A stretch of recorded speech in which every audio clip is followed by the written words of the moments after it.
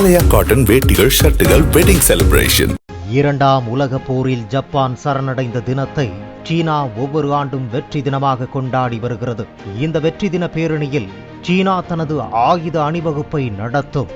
இந்த நிகழ்ச்சியில் ரஷ்ய அதிபர் புதின், வடகொரிய அதிபர் கிம் ஜாங் உன் உள்பட 26 நாடுகளின் தலைவர்கள் பங்கேற்றனர்.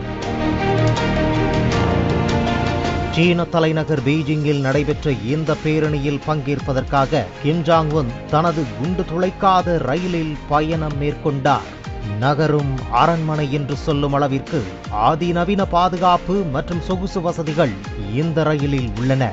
60 கிலோமீட்டர் வேகத்தில் மட்டுமே செல்லும் இந்த ரயிலில் பயணித்து கிம் ஜாங் உன் சீனாவை சென்றடைந்தார். அதுவும் சீனாவிற்கு முதல் முறையாக கிம் ஜாங் உன் தனது 12 வயது மகளை அழைத்துச் சென்றதுதான் தற்போது பேசுபொருளாக மாறியிருக்கிறது. யார் இந்த சிறுமி?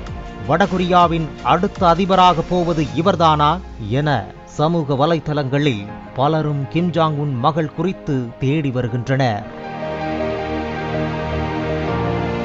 வடகொரியா அதிபரின் 12 வயது மகள் கிம் ஜூ ஏ. இவர் கடந்த 2022ஆம் ஆண்டு வடகொரியாவில் சக்தி வாய்ந்த கண்டம் விட்டு கண்டம் பாயும் ஏவுகணையை அறிமுகப்படுத்தும் நிகழ்வில் முதன்முறையாக தனது தந்தையுடன் பொதுவெளியில் தோன்றினார்.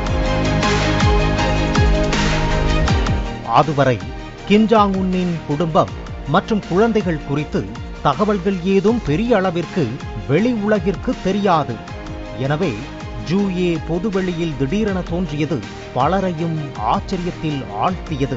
அதன் பிறகு அவ்வப்போது வடகொரியாவில் முக்கியமான பொது நிகழ்ச்சிகளிலும் கிம் ஜாங் உன் மகள் தோன்றினாலும் வெளிநாட்டிற்கு அழைத்துச் செல்வது இதுவே முதல் முறையாகும். வடகொரியாவில் பல உயர்மட்ட அதிகாரிகளுடன் விருந்துகளில் ஜூ ஏ கலந்து கொண்டுள்ளார். அங்கு கிம் ஜாங் உன்னின் மரியாதைக்குரிய மகள் என அழைக்கப்பட்டுள்ளார். வடகொரியாவில் மரியாதைக்குரிய என்ற அடைமொழி அதி உயர்ந்த அதிகாரிகளுக்கே வழங்கப்படும். உதாரணமாக கிம் ஜாங் உன் மரியாதைக்குரிய தோழர் என அழைக்கப்படுகிறார். கிம்மும் அவரது மகளும் பொதுவெளியில் தங்களது அன்பை வெளிப்படுத்துவது அனைவரையும் கவர்ந்து வருகிறது. கடந்த மாதம் நடைபெற்ற ரஷ்ய தூதரக விழாவிலும் ஜூ ஏ காணப்பட்டார். வடகொரியாவில் அவரது உருவத்தில் தபால் தலைகள் வெளிவந்ததாக கூறப்படுகிறது.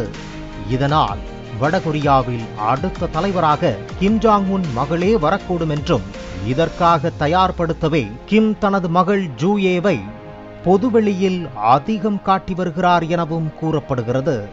இரண்டாம் உலகப் போர் முடிவில் வடகொரியா உருவாக்கப்பட்டதிலிருந்து கிம் வசத்தினரே ஆட்சி செய்து வருகின்றனர். கிம் வசத்தினர் புனித ரத்தம் உடையவர்கள் என்றும் அவர்களே ஆட்சி செய்ய தகுதியானவர்கள் என்றும் வலியுறுத்தப்படுவதாக செய்திகள் கூறுகின்றன. கடந்த 2023ஆம் ஆண்டில் ஜூ ஏவின் பெயரை நாட்டில் வேறு எந்த பெண்ணுக்கும் சூட்டக்கூடாது என உத்தரவு பிறப்பிக்கப்பட்டதுடன் அந்த பெயரை ஏற்கனவே கொண்டிருப்பவர்கள் தங்களது பெயரை மாற்றவும் அறிவுறுத்தப்பட்டுள்ளனர். கிம் வம்சத்தில் இதுவரை பெண்கள் ஆட்சி செய்ததில்லை என்றாலும் கிம் ஜூ ஏ அடுத்த வாரிசாக இருப்பதற்கான வாய்ப்புகள் அதிகம் உள்ளதாக கூறப்படுகிறது. ஆலயா காட்டன் வேட்டிகள் ஷர்ட்டுகள் வெட்டிங் செலிப்ரேஷன். பிளே ஸ்டோர் மற்றும் ஆப் ஸ்டோரில் இருந்து பாலிமர் செயலியை QR கோடு மூலம் பதிவிறக்கம் செய்யுங்கள். செய்திகளை உடனுக்குடன் பெறுங்கள்.